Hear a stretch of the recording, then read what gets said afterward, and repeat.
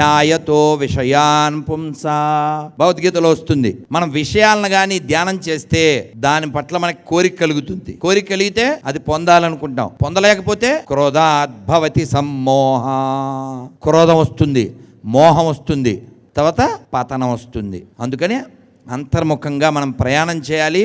అకారంలో అమ్మని, ఆకారంలో ఆవుని. అంటే అమ్మ తర్వాత అమ్మలో ఆవుని చూసుకుంటే, తర్వాత ఇంటిని చూసుకుంటే చిట్ట చివరిగా మనం ఈశ్వరుని చేరచ్చు.